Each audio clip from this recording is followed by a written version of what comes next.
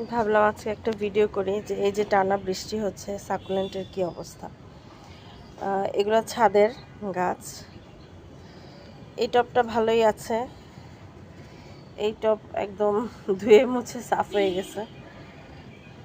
আমি নিজে অনেকদিন পরে আসলাম ছাদে, এই পাতাগুলো হয়ে গেছে।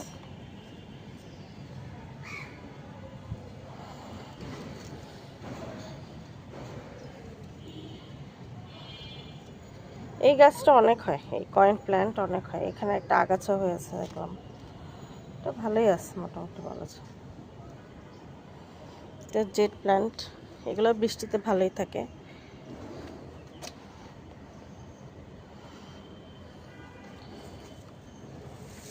ছাদের গাছে তেমন সমস্যা হয় না, কারণ ছাদে আলো বাতাস থাকে তো, যার কারণে। আর ছাদে আমি বেশি খোলা ছাদে যেগুলো রাখি এগুলো হার্ডি সাকুলেন্ট।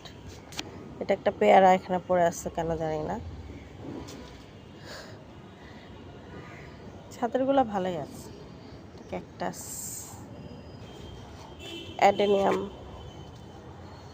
অ্যাডেনিয়ামের নিচে আমি কিছু গাছ লাগিয়েছিলাম, কিছু সাকুলেন্ট, অ্যাগাভে, বেবি টিয়ার্স।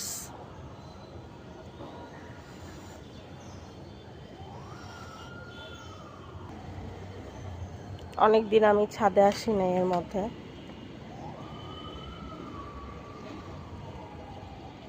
একটা মজার জিনিস দেখাই।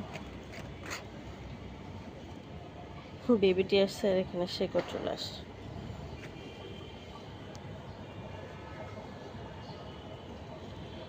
বেবি টিয়ার্স দিয়ে ভরে গেছে।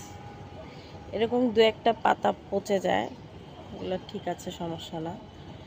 এগুলো খুব দ্রুত শুকিয়েও যাবে, মানে রোদ যখন চলে যাবে। ছাদে তো আলো বাতাস থাকে, এই কারণে অসুবিধা হয় না। রোদ আসলেই,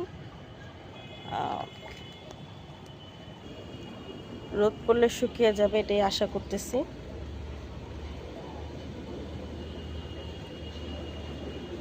তেমন একটা অসুবিধা দেখছি না। এই দু একটাই যেরকম পচে গেছে, এটা তো পচে গেছে, খারাপ অবস্থা। তো উঠার ফেলে তো ছোট একটা বেবি আছে। এগুলো ভালো আছে, এগুলো ঠিক আছে, বৃষ্টিতে সমস্যা হয় না।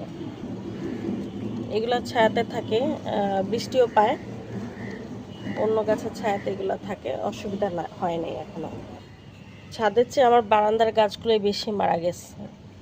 এটা কারণ এর আগে আমি দেখছি, গত বছর দেখছি যে